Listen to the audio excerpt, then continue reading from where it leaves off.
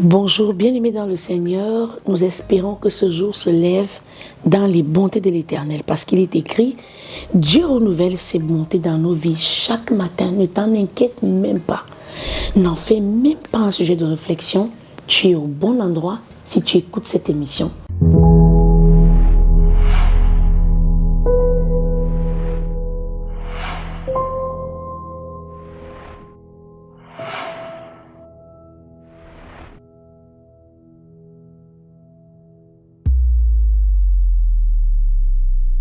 Bonjour une fois de plus, bienvenue dans votre émission à la lumière des psaumes.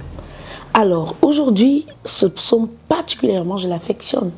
Pourquoi est-ce que je l'affectionne? Parce que lorsque nous regardons la vie du prophète Élie, nous allons voir que malgré la capacité qu'il a eue de tuer les prophètes, de tuer les 40 prophètes, il s'avère qu'à la parole de Jézabel, Élie a fui le challenge. Élie a fui le combat et Élie a marché pendant une journée et s'est réfugié dans le désert. Élie s'est caché sous un chenet et Élie demandait radicalement la mort. Oui, Élie demandait la mort. Il arrive souvent dans nos vies que nous avons déjà combattu le bon combat. Et puis à un moment, nous sommes tout simplement fatigués. Nous sommes las de nous battre. On a déjà tout encaissé, mais c'est comme la goutte d'eau qui vient déborder le vase. C'est un peu comme une voiture qui a vidé son carburant à force de rouler et qui ne sait pas à quand la prochaine station. Bienvenue dans la lumière de ce psaume qui apportera quelque chose de nouveau à ta vie. Lorsque l'on regarde le témoignage de l'Esprit dans la lumière du psaume 140, en fait, c'est pour toi l'occasion de te renflouer d'énergie. Dieu veut que tu saches qu'il y a du carburant. Il y a une énergie qu'il peut te communiquer à supporter les calomnies, à supporter l'endurance des médisances, à supporter les fausses accusations. Dieu ne se tient pas à l'écart et puis te dit fortifie-toi et prends courage seulement. Non, il y a de l'énergie. C'est pourquoi il dit tant que le cep est rattaché au serment, tant que le tronc est lié aux branches, le fruit ne dépendra pas de la branche à donner la sève, non. Mais la branche recevra du tronc par le biais de la racine pivotante, le Saint-Esprit te communiquant ce qui est dans le Père. De la même manière que Christ est un avec Dieu, qui est lui-même Christ, alléluia. De la même manière, Christ veut être un avec toi par le Saint-Esprit. Alléluia. Alors je veux que tu comprennes aujourd'hui, Dieu ne t'a pas abandonné dans cette situation. Dieu ne t'a pas dit va dans ce mariage difficile seul, non. Dieu ne t'a pas dit accepte qu'on te méprise jusqu'au bout seul, non, non. Lorsque Agar a décidé de voir mourir Ismaël, elle n'avait pas su que Ismaël était un fils de l'alliance, c'est-à-dire une branche qui, même éloignée de son père Abraham, continue d'être rattachée au tronc. C'est alors que les yeux d'une femme qui ne connaissait pas le Dieu d'Abraham se sont ouverts pour découvrir dans un désert une source d'eau vive. Le psaume 140 devait être pour quelqu'un une méditation permanente quand tu traverses une période où tu es calomnié, où tu es combattu, où tu es hué, parce que Jésus veut t'apporter du soutien, du carburant. Cette méditation sur le psaume 140 a pour sujet la capacité que Dieu donne à ses enfants d'endurer la médisance, la calomnie, le harcèlement dans l'espérance que toute souffrance un jour disparaîtra. Psaume 140, dans toute sa lumière, nous lisons au nom du Seigneur Jésus-Christ. Au chef des chants, psaume de David, Éternel, délivre-moi des hommes méchants. Préserve-moi des hommes violents, alléluia, qui méditent de mauvais desseins dans leur cœur et sont toujours prêts à faire la guerre. Ils aiguisent leur langue comme un serpent. Ils ont sous leurs lèvres un venin d'aspic. Ah oui, il y a malheureusement de telles personnes. Alléluia.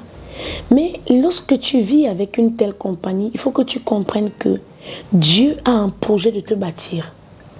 Dieu veut que tu découvres la dépendance à l'Éternel comme un enfant qui dépend de sa mère, comme un nourrisson qui a besoin des bras de sa mère pour être en sécurité. Dieu permet ça, mais c'est pour ton apprentissage. Il exerce tes mains au combat.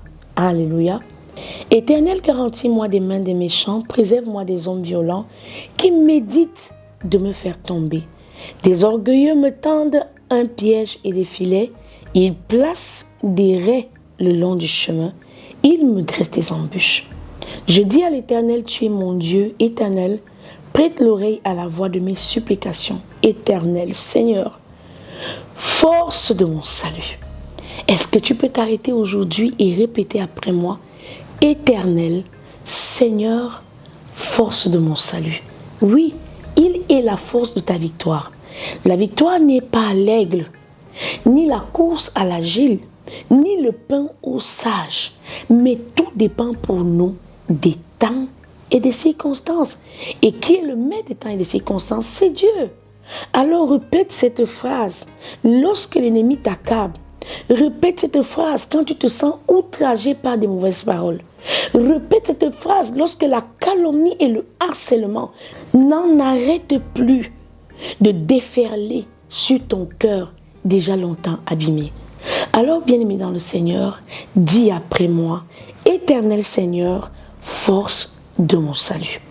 Tu couvres ma tête au jour du combat, Éternel, n'accomplis pas les désirs du méchant. Ne laisse pas réussir ses projets de peur qui ne s'en glorifient.